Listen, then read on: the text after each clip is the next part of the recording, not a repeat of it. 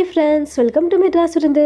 நம்ம இன்றைக்கி மொறுமொறுன்னு bread snacks தான் பார்க்க போகிறோம். ஈவினிங் டீ டைம் ஸ்நாக்ஸாக சாப்பிட்றதுக்கு ரொம்பவே நல்லாயிருக்கும். மேலே நல்லா மொறுமொறுனும் உள்ளே நல்லா சாஃப்டாக அந்த ஸ்டஃபிங்கோட சாப்பிட்றதுக்கு செமையாக இருக்கும். ஈவினிங் டைமில் வடை, போண்டா, பஜ்ஜி, சமோசான்னு சாப்பிடுவோம். அதுக்கு பதில் டிஃப்ரெண்ட்டாக ஒரு முறை இதை போல் ட்ரை பண்ணி பாருங்கள். கண்டிப்பாக வீட்டில் குட்டீஸ்லேருந்து பெரியவங்க வரைக்கும் விரும்பி சாப்பிடுவாங்க. சரி வாங்க, எப்படி பண்ணுறதுன்னு வீடியோக்குள்ளே போய் பார்க்கலாம்.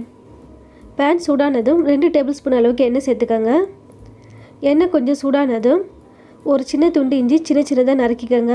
அது கூட 2 பச்சை மிளகாய் பொடியாக நறுக்கி சேர்த்துக்கோங்க. ஸ்டவ் மீடியம் ஃப்ளேமில் வச்சுக்கோங்க. இப்போ இந்த 2 பொருளுமே லைட்டாக வதங்கட்டும். இப்போ இது கூட ஒரு மீடியம் சைஸ் வெங்காயம் பொடியாக நறுக்கி சேர்த்துக்கோங்க. இது கூட ஒரு கொத்து கருவேப்பிலை பொடியாக நறுக்கி சேர்த்துக்கோங்க. ஹேர் ஃபால் ப்ராப்ளம் இருக்கவங்க உணவில் கருவேப்பிலை அதிகமாக எடுத்துக்கோங்க.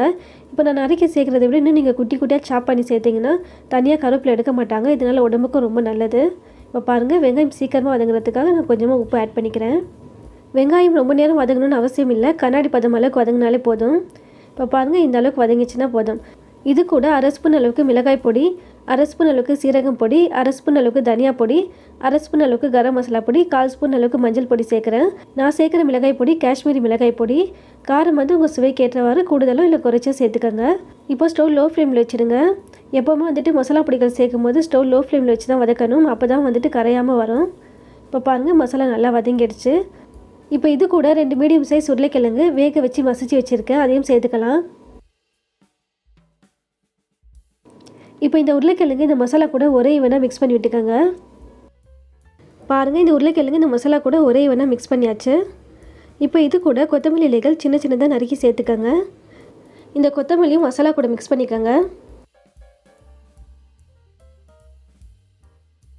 இப்போ பாருங்கள், எல்லாமே ஒரே ஈவனாக மிக்ஸ் ஆகிடுச்சு. இப்போ ஸ்டவ் ஆஃப் பண்ணிவிட்டு ஒரு ஓரமாக வச்சிடலாம். ப்ரெட்டு மேலே கோட்டிங்காக மைதா மாவு பேஸ்ட் ரெடி பண்ணிக்கலாம். நான் 2லேருந்து 2.5 டேபிள் ஸ்பூன் அளவுக்கு மைதா மாவு எடுத்திருக்கேன். இது கூட தேவையான அளவுக்கு உப்பு சேர்த்துக்கோங்க. இது கூட 1/4 ஸ்பூன் அளவுக்கு சில்லி ஃப்ளெக்ஸ் சேர்த்துக்கோங்க. சப்போஸ் சில்லி ஃப்ளெக்ஸ் இல்லைன்னா அதுக்கு பதில் மிளகு பொடி இருந்தாலும் 1/4 ஸ்பூன் அளவுக்கு சேர்த்துக்கோங்க. இப்போ இதையும் ஒரே சமமாக மிக்ஸ் பண்ணி விட்டுக்கோங்க. இப்போ தேவையான அளவுக்கு தண்ணீர் சேர்த்துக்கோங்க. தண்ணீர் பார்த்திங்கன்னா ரொம்ப அதிகமாகவும் சேர்க்கக்கூடாது, ரொம்ப குறைவாகவும் சேர்க்கக்கூடாது. தண்ணீர் வந்து ரொம்ப அதிகமாக சேர்த்துட்டிங்கன்னா ப்ரெட்டு மேலே கோட்டிங் சரியாக பிடிக்காது. இதே நீங்கள் கொஞ்சம் கெட்டியான பதமாக செஞ்சிட்டிங்கன்னா கோட்டிங்குடைய அடர்த்தி அதிகமாகிடும். இதனால் பார்த்திங்கன்னா ப்ரெட்டுடைய டேஸ்ட்டே தெரியாது. இப்போ பாருங்கள், இந்த அளவுக்கு தான் வந்து இருக்கணும். இப்போ இது ஒரு ஓரமாக வச்சுடுங்க. ஸ்நாக்ஸ் மேலே நல்லா மொறுமொறுன்னு இருக்கிறதுக்காக நான் ப்ரெட் க்ரம்ஸ் எடுத்திருக்கேன்.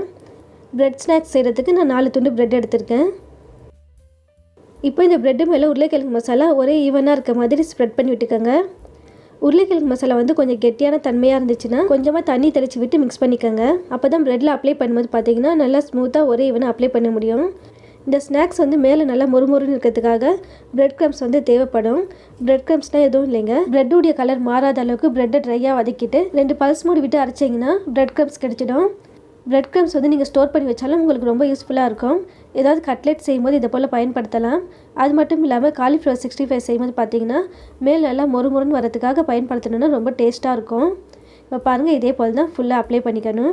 இப்போ நான் இதை 3 பீஸாக கட் பண்ணிக்கிறேன். இதே உங்களுக்கு வந்துட்டு ப்ரெட் ஃபிங்கர் மாதிரி வேணும்னா இதே மாதிரி நீல வாக்கில் 6 பீஸாக கூட கட் பண்ணிக்கலாம். பார்க்குறதுக்கு பாருங்கள், கலர்ஃபுல்லாக இருக்குது. மேலே அந்த மசாலாவுடைய எல்லோயிஷும் ப்ரெட்டுடைய ஒயிட்டும் பார்க்குறதுக்கு காம்பினேஷன் நல்லாயிருக்கு. இப்போ இது ஒரு ஓரமாக வச்சுடுங்க. இப்போ ப்ரெட்டு மேலே கோட்டிங் கொடுக்கறதுக்காக மைதா மாவு பேஸ்ட்டில் டிப் பண்ணிக்கோங்க. மைதா மாவு பேஸ்ட்டை அந்த ப்ரெட்டில் சமமாக படுற மாதிரி நல்லா டிப் பண்ணிக்கோங்க. இப்போ இதை ப்ரெட் க்ரம்ஸில் நல்லா பரட்டி எடுத்துக்கோங்க. இந்த ப்ரெட் க்ரம்ஸ் வந்து எல்லா இடத்துலையும் படுற மாதிரி இதை போல் மேல் நல்லா தூவி விட்டுக்கோங்க. இதே மாதிரி தான் செய்யணும். இப்போ இருக்க எல்லா ப்ரெட்லேயும் வந்துட்டு இதே மாதிரியே செஞ்சுக்கலாம். இப்போ பாருங்கள், எல்லா ப்ரெட்லேயும் வந்துட்டு ரெடி பண்ணி வச்சாச்சு. இப்போ ஒன்று ஒன்றா ஃப்ரை பண்ணிக்கலாம். எண்ணெய் சூடானதுக்கப்புறமா ஸ்டவ் மீடியம் ஃப்ளேமில் வச்சுட்டு இதை போல் ஒன்று ஒன்றா ஃப்ரை பண்ணிக்கோங்க.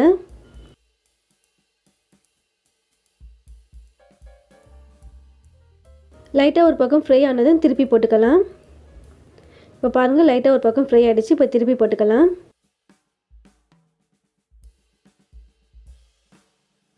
இது நல்லா கோல்டன் ப்ரௌன் கலர் வந்ததுக்கப்புறமா எடுத்தோம்னா நல்லா மொறுமொறுன்னு இருக்கும். இப்போ பாருங்கள், நல்லா கோல்டன் ப்ரௌன் கலரில் ஃப்ரை ஆகியிருக்கு.